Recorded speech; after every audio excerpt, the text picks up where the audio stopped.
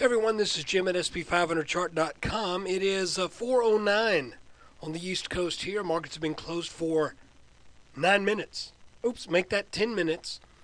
And we're going to take a look at the S&P chart. But as always, I need to remind you that the website and the video are for educational purposes only. And nothing stated at the site or in the video is intended to be used as investment advice. I can draw lines on charts, but you have to draw your own conclusions from your own research. And you need to make investment decisions that are suitable for your personal financial situation. I'm not a licensed financial professional, just a guy that draws lines on charts. So let's take a look. Okay, we're starting out here with a 15-minute chart. And, I pointed out yesterday that I thought there were two interpretations of what may be a support line.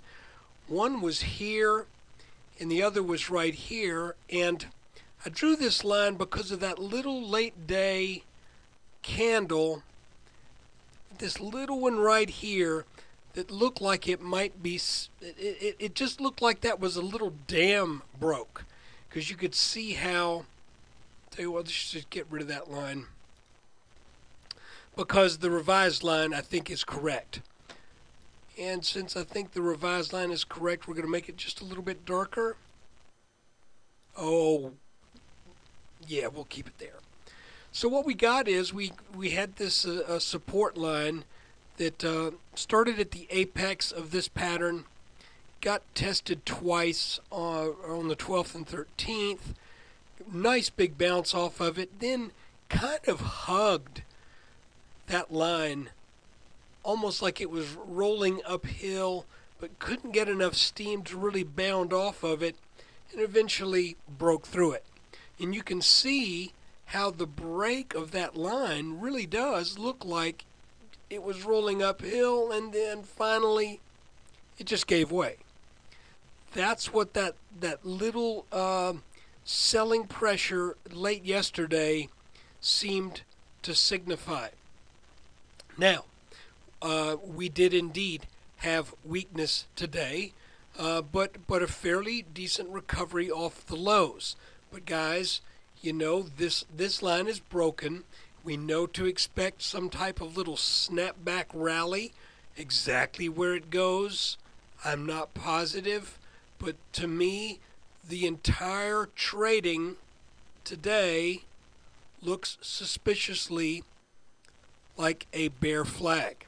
So we have to call it that until it fails. We don't have to. I choose to, really.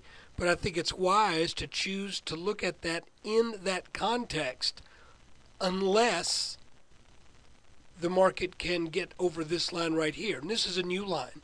And it very simply, I'm drawing it over this high back here at 1474 and change. And then the next high over about 1464. Since we don't have anything that's orange on the chart, for clarity, let's make that orange. So there you go.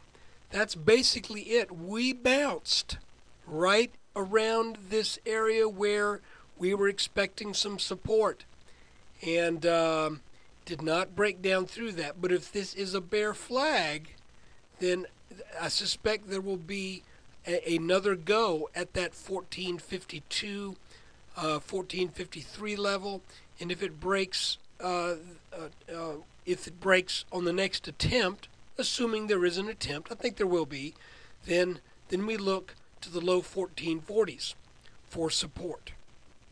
So a pretty good bounce, right at about that little gray midline that we've been talking about for a while, and that's a long-term line. It's a little funky where that what defines that. So I'm actually, since this is not something that's in the books, so to speak, I talk about this gray line with a little fear and trepidation because it's more something that I've noticed than I've ever read about. And just to put it short, we've got two major trend lines here and here, and I think if we sort of bisect this we have a number of places where this gray line serves as a technically significant area as we move in and about between these two major red lines. So basically, make a long story short, which I will try to do, the green line broke. This looks to me like a bear flag in the making. When will we know? Well, we'll know when we the best way to know would be on a solid break of this bottom line. It gave way near the end of the day, but recovered back into the pattern. Look at it on a 3-minute chart, you could see it right there. So, and by the way, you remember how I was just talking about that funny little situation where you get these midlines that happen inside channels? We got one here inside this thing. If we readjust these lines, start with this point and kind of run it up, you can see how we come up to a little bit more than halfway, sell back, get over halfway, find support, come back, break down, can't get over that halfway mark, can't get over it, get a little bounce, break it, and who knows, if my crazy little theory is true, then let's see what happens to this line tomorrow. Since we've been under it for a while, it may be tough for the markets to get back over that line. So guys, that is basically it. I'm going to keep it short and sweet because it's, well, I think if you put this video in context with what we've been talking about over the past 2 or 3 days, 3 or 4 days, then I think it'll probably make all the sense you need it to make. So a little short-term support broke today. The question is are we going to take out some more of these support levels? This is kind of the line in the sand as far as I'm concerned, this darker green line, to show you where that has its importance. We go to an hourly chart, and you can see that this line, even though it jumped a little bit right there, that this line has been a longer-term support line for about 3 months, with the exception of this one period of a couple of days where we're underneath it. This line has been tried and tested and has been strong support.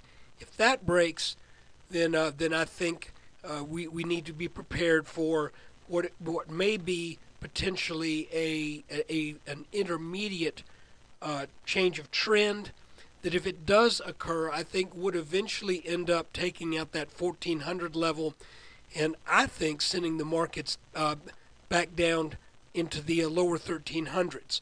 But hey, we'll take that as it happens. I'm not going to make that prediction quite yet because we're still up here in the upper mid 1400s. So we just kind of take it one step at a time. But for right now, let's see if this plays out as a bear flag. Okay? Look, guys, I appreciate you taking time out of your day to watch this, and I hope you get something out of each and every one of these videos. Thanks.